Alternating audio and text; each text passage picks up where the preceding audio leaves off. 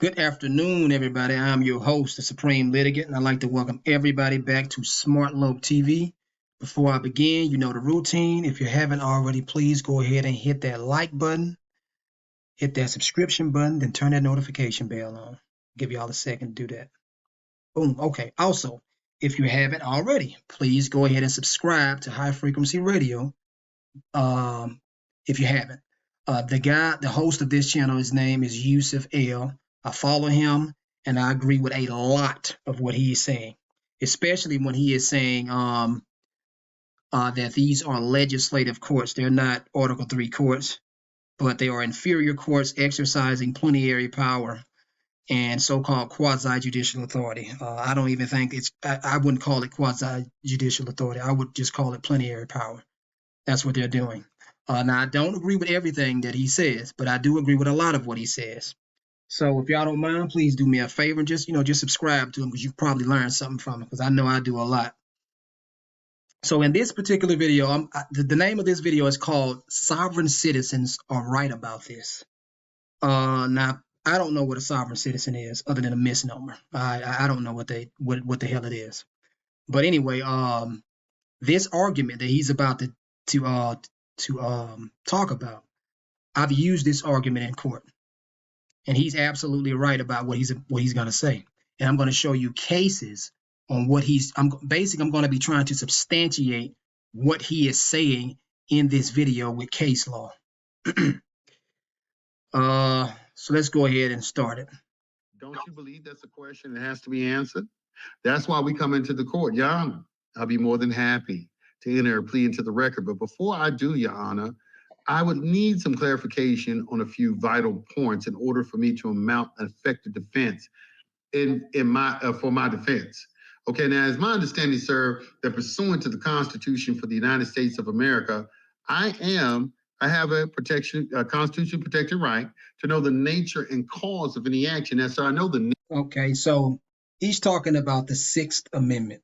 That's what he's talking about. So what I'm going to do right now is I'm just going to pull up the Sixth Amendment and show you where it says that at. So give me a second. I'm going to pause the video. All right here.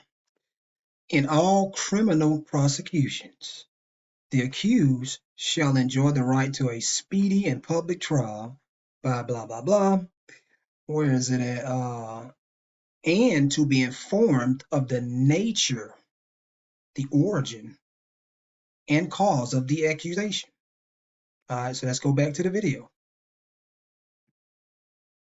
Nature of the action. Nature of the action is that I failed to file taxes, or you found 30 birds in the trunk of my car with an AK-47 and 10 dead bodies in the trunk. I understand that, sir. However, those are all malum prohibitum offenses. They are not crimes. A crime is not an offense, and an offense is not a crime.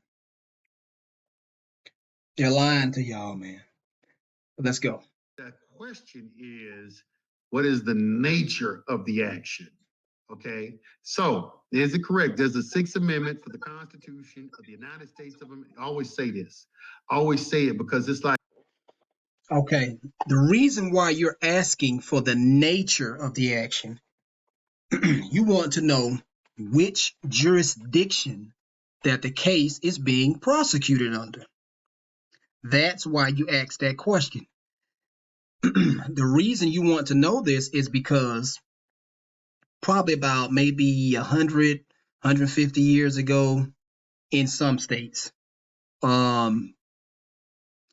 these so-called courts were separate courts, courts of law, common law courts, chancery courts, admiralty and maritime courts. They were separate courts in different locations. And because they were separate courts, they also had their own rules of procedure that governed how to prosecute cases in each of those courts. But I know Alabama has done it probably maybe 60, 70 years ago. And I'm not sure which time frame that the other states did. Some of them are still separate, actually, but almost all of the other states, they've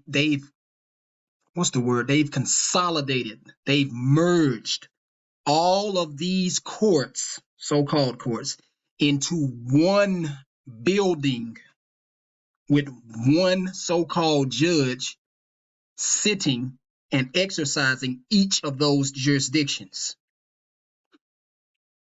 And when they did that, they've also consolidated all of those rules. So in Alabama, they had something that you would call equity rules. And before they merged the court, they also had law rules and stuff like that, and admiralty rules. And after they merged them, they don't call them that anymore. They call them the Alabama Rules of Civil Procedure. But the Alabama Rules of Civil Procedure governs all cases at law, in equity, and in admiralty and maritime. They've condensed all of this stuff. They've merged it because they don't really want people to know what is going on. And there was some good behind it too. I would agree to a certain extent that there was some good behind it too. But the bad is drastically outweighing the good because they are hiding this. They are hiding it. They don't want you to know the nature of the action. The nature of the action, again, is which jurisdiction the case is being prosecuted under, because jurisdiction, each of these jurisdictions had their own affirmative defenses also. That's what he's talking about. And they are not going to tell you the true nature of the action. You can forget about that.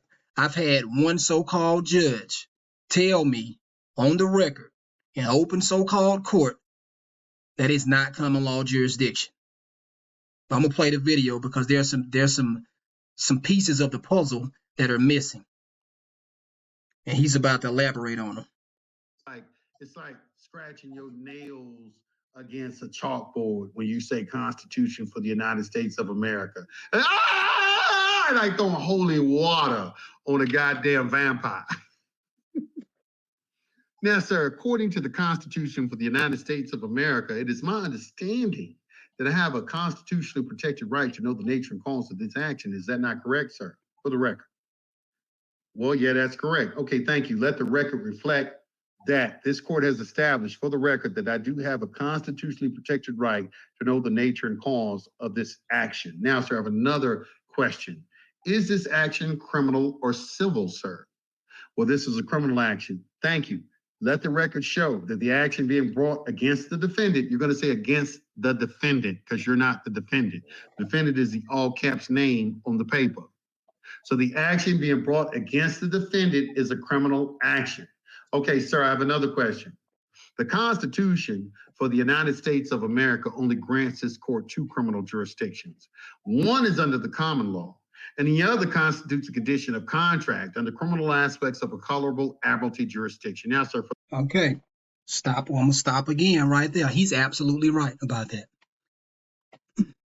Now, I'm going to back up just a little bit because I just told y'all a little earlier before I started playing the video again that the judge, so-called judge, looked me dead in my face on the record in open so-called court and told me that it is not common law jurisdiction because this same question that he asked, I asked this question of this so-called judge. And he said, it's not common law jurisdiction. And he shut up and he didn't say anything else. There's only one other so-called criminal jurisdiction because equity doesn't have it. So let me show you. Which page? This is page 7, but let me go back up. This is an old case. If you want to know what's going on, you have to go and read these old cases.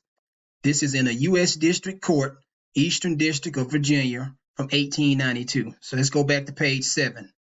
Was that Gibbons versus the Alice J. Venable, whatever. Let's go back to page 7.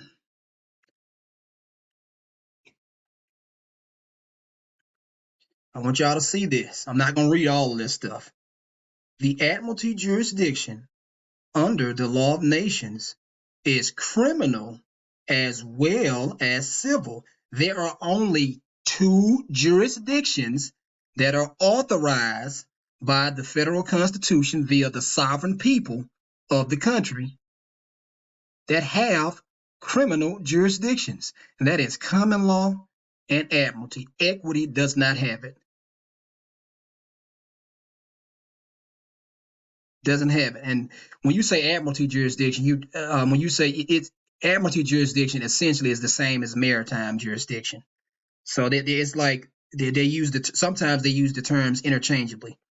But back to what I was saying, there's only 2 criminal jurisdictions. That is it. That's it, y'all. So let's go back to the video.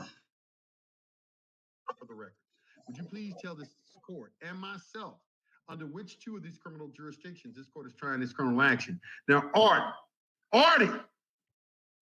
That is what we're asking. We want to know which jurisdiction is governing these proceedings so that we can know how to properly prosecute a defense in this so-called court. That's all we want to know. That's it. That is all we're asking when we're trying to ascertain the nature of the action. And that is a question that they do not want to answer. They will obfuscate. They'll half-ass answer it. They'll make up something. They'll say statutory jurisdiction. They'll say whether the Constitution authorized. They don't want to talk about it. They just dance around it. They don't want to tell you. And there's a reason why they don't want to tell you, and that is because it is admiralty jurisdiction. And if you really want to know that, what you're going to have to read is something like this.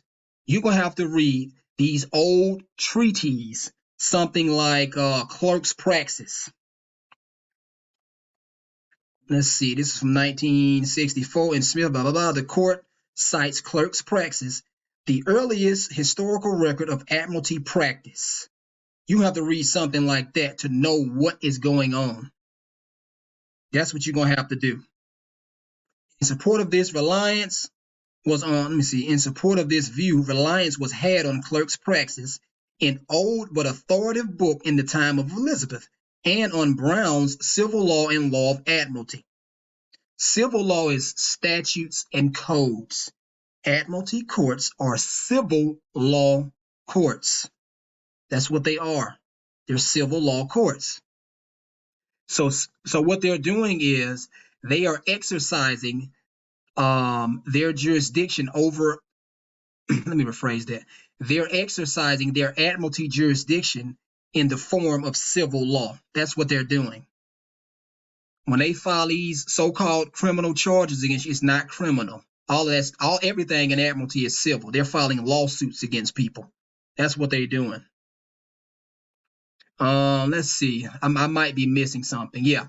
So back to what I was saying. If you really want to know what is going on, you're going to have to read something old. For example, Clerk's Practice in regards to admiralty. Or if you're studying equity, you're going to want to read something like Henry Gibbons, which is what I'm reading right now, which is about 1,200 pages. But it's a treatise on equity. You're going to have to read stuff like this, the old stuff. That's what you're going to have to read. Because even though it's old, they are still following these principles today. That's what they're doing, y'all. So when you see somebody in the so-called court and they want to ascertain the nature of the action and they're trying to get this admitted on the record so that they can properly fashion a defense and prosecute that defense in that so-called court, that's what they're asking. And they have every right to ask that. And they commit treason when they tell you that you're crazy. And they go to making fun of people. But that's what they do, though. They do this all the time. They do that shit all the time, y'all. All the time. Let me see what else I can find. I think that's it.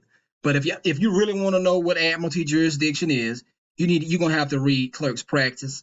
What is it? I think there was another one, Brown's Civil Law and Law of Admiralty. You're gonna have to read stuff like that, man. That's what you're gonna have to read. And you're gonna have to. They've changed the names of the terms. So they don't, for example, like back then, a long time ago, bonds were called cautions or securities. Okay, they don't use that term. They changed it just to a standard bond. They just like to call it a bond. But generally speaking, a bond is a security. That's all. It's insurance. They're doing business, man. That's why they have insurance. That's it, man.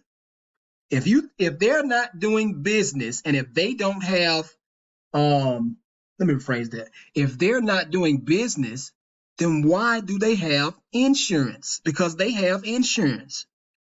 I know they do because I've seen it before. I know they have bonds because I have seen them before. I've showed y'all this on my channel. The sheriff has bonds. The so-called judges have bonds. Anybody who is duly elected, generally speaking, by the sovereign people of each state, they're going to be required, almost all of them, to have a bond. Some sort of statutory bond, anyway. That's what it is, y'all. Anyway, hopefully this just clears it up just a little. Just to let y'all know you're not crazy. Anyway, that'll be the end of this video. The Supreme Litigant is out. Peace.